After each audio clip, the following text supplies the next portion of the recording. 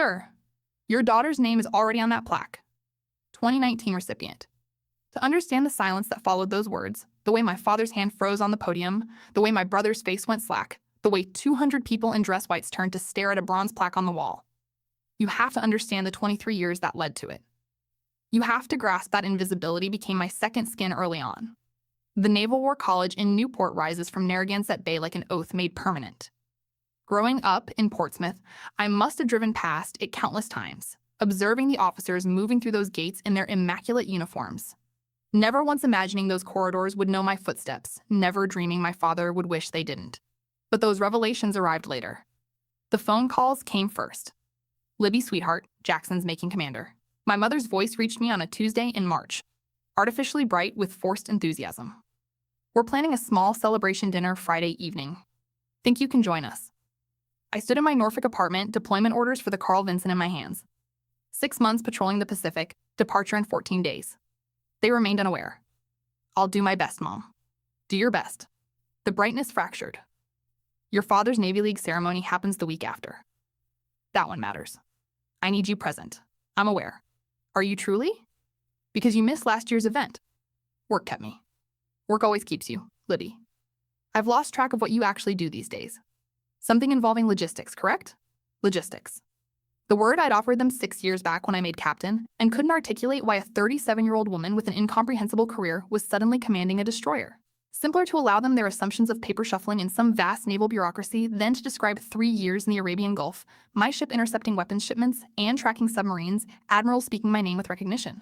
Something along those lines. Well, attempt to carve out time for family. Jackson managed it. My brother, Lieutenant Commander Jackson Scully, the anointed one, Dad's mirror image in every dimension that registered. He'd walk the predetermined path with mathematical precision.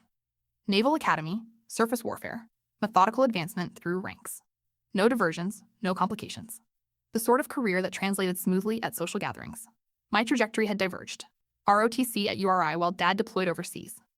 He'd envisioned me at Annapolis alongside Jackson, but I'd selected civilian university, naval training as supplement, a middle ground that registered as treachery in his eyes. Then I'd pursued surface warfare regardless, demonstrated I could match Jackson's accomplishments, and he'd never pardon me for achieving it on my terms. I'll be present, I assured my mother. I barely made the dinner.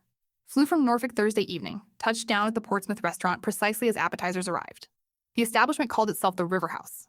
Pristine white linens, waterfront panoramas, the variety of venue where naval officers gather their families to mark promotions and retirements. Libby, my mother Rose, wrapped me in an embrace carrying Chanel and worry. You appear exhausted.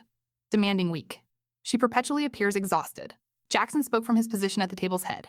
He'd cultivated a beard since our last encounter. Naval regulations apparently negotiable. Evidently his staff position now permitted grooming flexibility. How's that logistics world treating you, sister? Flourishing. My father acknowledged me with a nod from across the table. Admiral Theodore Scully, retired 3 stars maintaining their gravity 15 years past active duty. He consulted presently, occupied board positions, delivered speeches.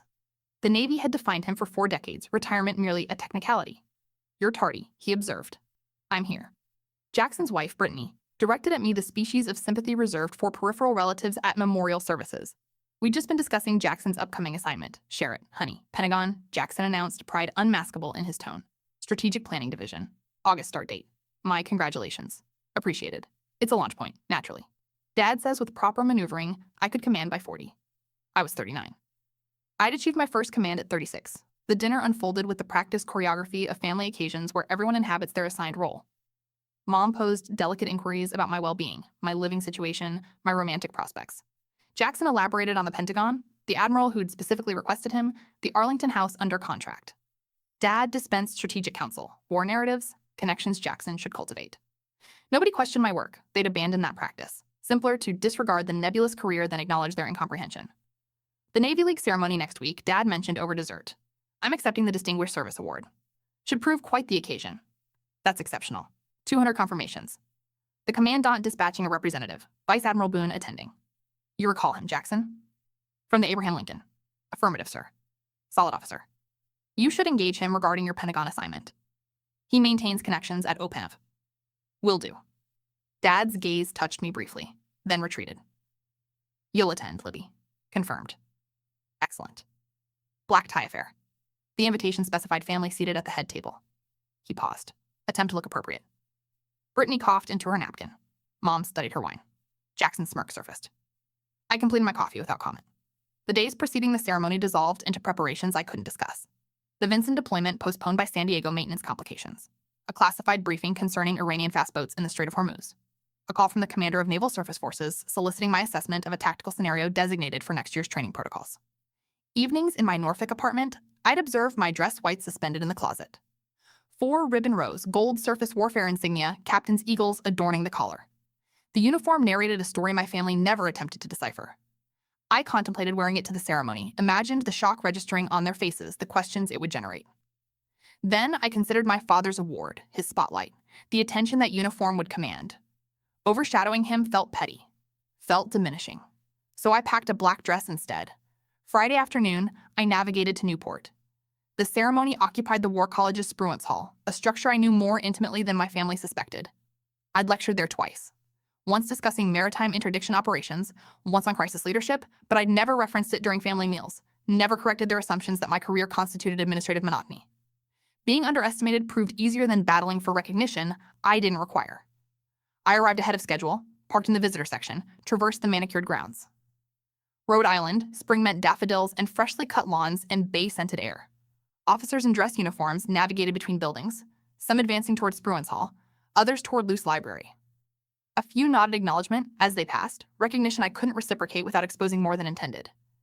Inside Spruance Hall, the ceremony space was accumulating attendees, 200 chairs in disciplined rows, a stage with podium and Navy flags, tables along peripheries displaying maritime artifacts and historical plaques. Photographs of previous award recipients covered the walls, brass nameplates beneath each.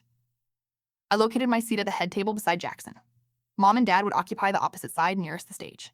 Brittany had already arrived, examining her makeup in a compact. Attractive dress, she commented, observing my simple black sheath. Very understated. Thank you. I nearly chose black, but Jackson suggested navy blue displayed more appropriateness for a military ceremony, demonstrating respect, you understand. I smiled without responding. The hall populated rapidly. Officers in whites, Navy League officials in tuxedos, local dignitaries and spouses. The atmosphere carried formality, celebration, the species of event where careers advanced through strategically positioned conversations and calculated handshakes. Vice Admiral Boone arrived at 1845, a tall figure with silver hair and a chest displaying ribbons narrating 35 years at sea. He moved through the gathering like a predator through water, purposeful, observant, registering everything. His eyes passed over me once, twice, then locked. He understood. I delivered the slightest headshake and he comprehended. Not this evening. Not here. The ceremony commenced at 1900 precisely. The Navy League president welcomed the assembly, delivered jokes about weather and the bar and distinguished guests present. Then he introduced the evening's honorees, 3 Distinguished Service Award recipients, my father among them. Dad assumed the stage to sustained applause. He appeared commanding up there, comfortable in his tuxedo, the 3-star pin on his lapel capturing the lights. This was his domain, the formal recognition, the public validation, the confirmation that his decades of service registered. His speech matched expectations perfectly. Gratitude for the award, appreciation for family support, career stories simultaneously humble and self-aggrandizing in the manner of successful military officers. The audience laughed on cue, nodded seriously at appropriate moments. Then he reached the acknowledgments. I couldn't have achieved any of this without family support, he declared, gazing down at our table. My wife, Misty, my anchor for 42 years. My son, Jackson, who followed my path and generated more pride than words convey. A commander now, Pentagon bound. The Navy's future. Jackson straightened. Brittany touched his arm, radiant. Dad's eyes shifted to me, halted.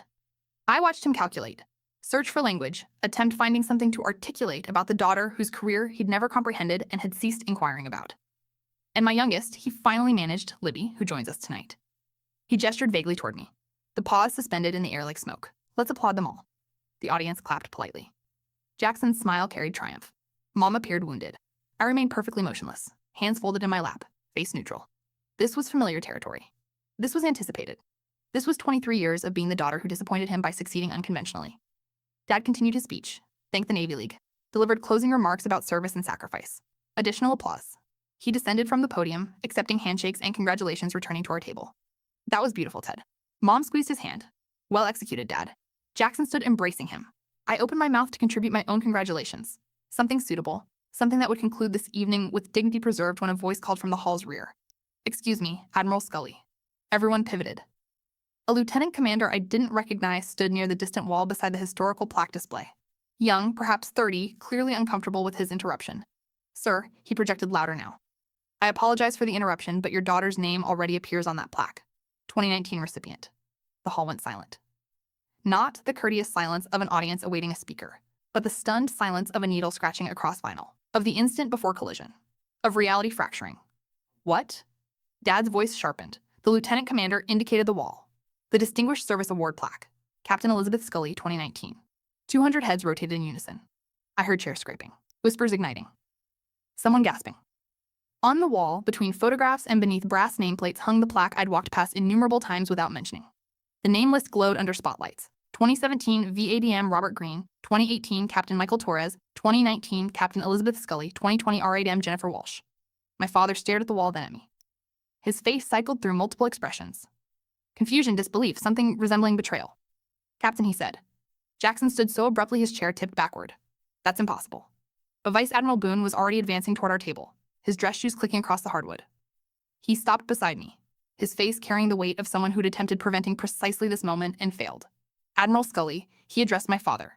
"I believe there's been some confusion regarding your daughter's service record." Dad couldn't complete the sentence. "Captain Elizabeth Scully." Boone's voice projected across the silent hall. "Commanding Officer USS Winston Churchill. Previously Commanding Officer USS Porter. 2 deployments to 5th Fleet, 1 to 7th. Navy Cross nomination for actions off Yemen's coast in 2018. She's among the finest surface warfare officers of her generation." Mom's hand covered her mouth. Brittany had gone pale. Jackson stared at me as though I'd sprouted a second head. "You commanded a destroyer?" Dad's voice barely whispered. I looked at him. Truly looked at him for the first time in years. Saw the man who'd wanted me following his exact path and couldn't respect alternatives. Saw the father who'd spent 23 years avoiding questions because he feared the answers. "Affirmative," I said. "Why didn't you inform us?" I stood slowly, smoothed my dress. "I did 6 years ago upon making captain." You responded, "That's nice, honey," and asked Jackson about his new duty station. The memory landed like a physical blow. I watched him flinch. "I informed you about my command," I continued, my voice steady, quiet. "You said it was positive I was keeping occupied. I informed you about my deployment. You asked about my dating life. I ceased sharing because you ceased listening." "Libby," Mom started. "I'm not angry," I said, meaning it. I stopped being angry years back. I simply grew tired of fighting for space in conversations that had already determined who I was. Jackson located his voice. "You allowed us to assume. I allowed you to assume whatever suited you. It proved easier than correcting you each time you presumed I was processing paperwork somewhere." Vice Admiral Boone cleared his throat. "For what it's worth, Admiral Scully, your daughter is being considered for Major Command, Deep Selection to 07. If recommended, she'd rank among the youngest flag officers in recent history." The hall remained frozen. 200 people witnessing a family dissolving in real time. I could sense their eyes, their judgment, their fascination with this private catastrophe made public. My father looked at the plaque, at me, at Boone. His mouth opened and closed, searching for words that wouldn't materialize. Finally, he managed, "I didn't know." "No," I agreed. "You didn't."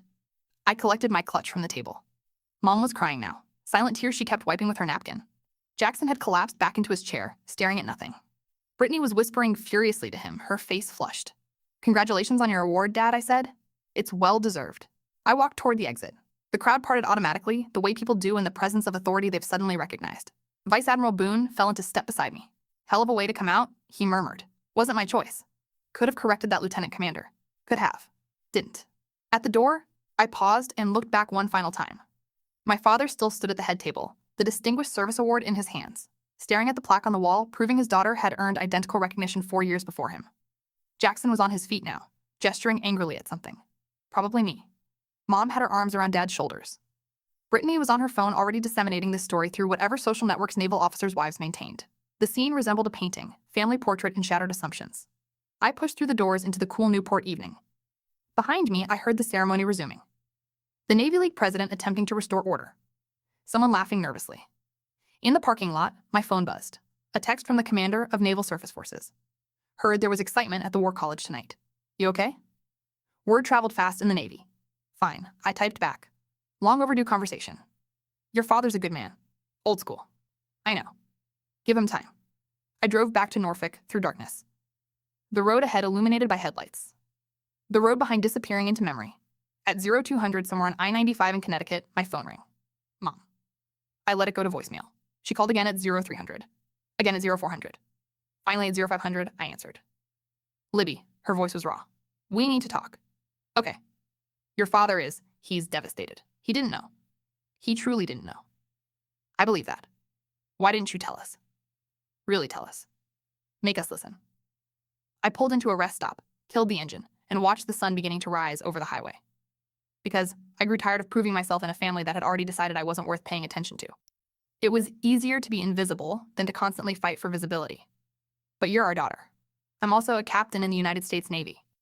I've commanded warships, led sailors into harm's way, made decisions affecting national security. But at family dinners, I'm the one who does something with logistics. Do you comprehend how exhausting that is? She was quiet for an extended moment. Then your father wants to speak with you. Not yet. Libby, Mom, I love you. I love Dad and Jackson and this family. But I need you to understand something. I didn't hide my career. I informed you about it repeatedly. You just weren't interested in the details because they didn't fit the narrative you'd already written. That's not fair. Maybe not, but it's accurate. I ended the call and drove the remainder of the way to Norfolk in silence. My apartment felt smaller than I remembered, filled with the accumulated debris of a life spent at sea, books on naval tactics, framed photographs from deployments, the sword I'd been presented at my change of command ceremony. On my desk sat a folder marked confidential, the Carl Vinson deployment brief. In 14 days, I'd be underway, back in my element, back where rank and capability mattered more than family expectations. The phone rang again, this time Jackson. You made Dad look like a fool, he said without preamble. I didn't make him do anything. He did that himself by not knowing you. He stopped. Why didn't you tell me? We're both surface warfare. We could have, talked about it when I asked. When you were explaining to everyone how you were following in Dad's footsteps, when you were discussing your Pentagon assignment like it was some major achievement, when was I supposed to mention that I'd already accomplished everything you're still working toward? The silence on the other end was answer enough. I didn't want to compete with you, Jackson. I never did. I just wanted to do my job without having to constantly justify it to a family that had already decided it wasn't important. You let us think. I let you think what you wanted to think. That's on you. I disconnected before he could respond. 3 days later, a package arrived at my apartment.